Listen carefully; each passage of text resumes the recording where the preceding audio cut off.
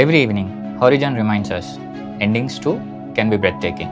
So first let's have a look at the picture, then I will discuss more about it.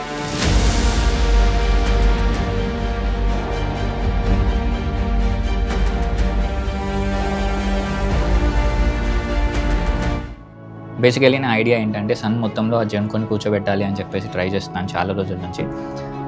Sun రైజ్కి వెళ్ళాలంటేనేమో 9 పక్క area side వెళ్ళాలి, sunset కంటేనేమో ఇటు గురంబెట్ side వెళ్ళాలి.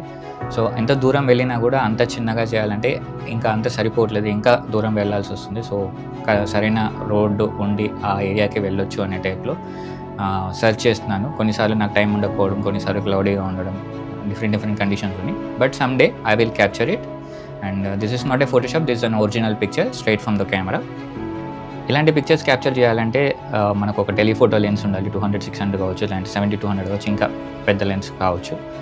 So ఈ లెన్స్కి మనం గుర్తుపెట్టుకోవాల్సింది ఏంటంటే సన్ సైజ్ పెద్దగా అవ్వాలంటే మనం అంత దూరం వెళ్ళాలి అనమాట వెనక్కి. సో జెన్కో నుంచి నేను ఒక 10-14 కిలోమీటర్స్ ఏరియా దూరంలో ఉంచి ఈ లొకేషన్ చూస్ చేసుకున్నాను అనమాట. ఈ లొకేషన్ కూడా ఎగ్జాక్ట్గా సన్సెట్ అక్కడే వస్తుంది అనేది ఎలా తెలుస్తుంది అంటే ఫోటోపిల్స్ అనేది యాప్ యూజ్ చేస్తున్నాను, ప్రీమియం వర్షన్. లేదు అనుకుంటే స్కైవ్యూ అనేది యాప్ ఉంటుంది, దాంట్లో కూడా అది ఫ్రీ వర్షన్, దాంట్లో కూడా తెలుస్తుంది. సో ఇది చూస్ చేసుకొని ఒకరోజు ముందే వెళ్ళి ఆల్రెడీ రెక్కీ చేసుకొని అప్పుడు కెమెరా తీసుకెళ్ళలేదు. సో డ్రోన్తో వీడియో తీసుకొని సన్సెట్ చాలా బ్యూటిఫుల్గా అనిపించింది. అండ్ నెక్స్ట్ డే వెళ్దామని చెప్పి చూసాను, నెక్స్ట్ డే ఫుల్ క్లౌడీగా ఉంది. సో 2 days మధ్యలో గ్యాప్ తర్వాత థర్డ్ డే మళ్ళీ వెళ్ళి నిన్న ఈ క్యాప్చర్ చేశాను. And if you like the picture please share and support. Thank you so much.